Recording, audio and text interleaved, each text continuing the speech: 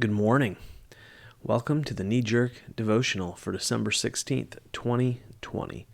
Our passage this morning is from Mark chapter 1, verses 1 through 8. It goes like this. The good news of Jesus Christ, the message, begins here. Following to the letter, the scroll of the prophet Isaiah. Watch closely. I'm sending my preacher ahead of you. He'll make the road smooth for you, thunder in the desert. Prepare for God's arrival. Make the road smooth and straight. John the Baptizer appeared in the wild, preaching a baptism of life change that leads to the forgiveness of sins.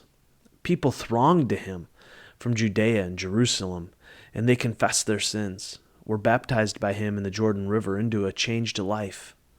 John wore a camel hair habit, tied at the waist with a leather belt. He ate locusts and wild field honey. As he preached, he said, "The real action comes next. The star in this drama, to whom I'm a mere stagehand, will change your life. I'm baptizing you here in the river, turning your old life in for a kingdom life. His baptism, a holy baptism by the Holy Spirit, will change you from the inside out." Now, just a quick note before we get going. I will be reading Mark in the Message by Eugene Peterson. I find Peterson's translation to be remarkably helpful in challenging my preconceived notions about the text. So while I wouldn't use it to study or preach from, the Message is fantastic for devotional reading.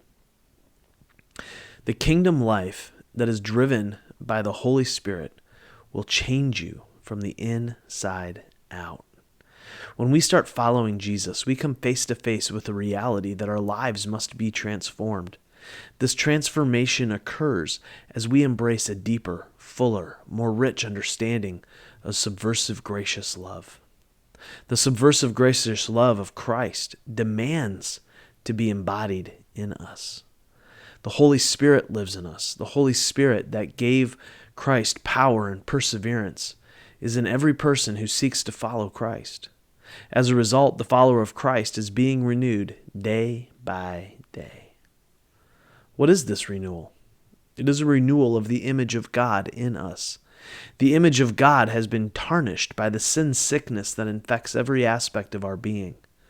We see it in our selfishness, our greed, our rage, our evil thoughts, and our self-centered relationships with God, neighbor, and enemy. One day, I was sitting in my mentor's office, and we were talking about the reality of the Spirit being within us. I shared with him that I really didn't like the idea all that much, and that if I was really honest, it frightened me a great deal. He asked the only question that was reasonable. Why? Why? Why was I afraid of God's Spirit dwelling in me? Why? That really was the question. My answer then is the same as my answer now. I am afraid to set aside my perceived control over my life.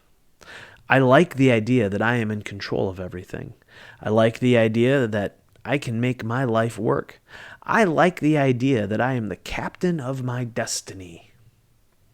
I don't like the idea of submitting my life to God.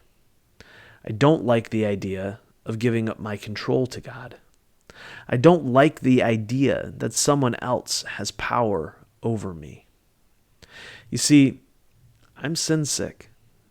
I need a physician that deals with my soul. There is a change and a renewal that has to happen and that I cannot fix on my own.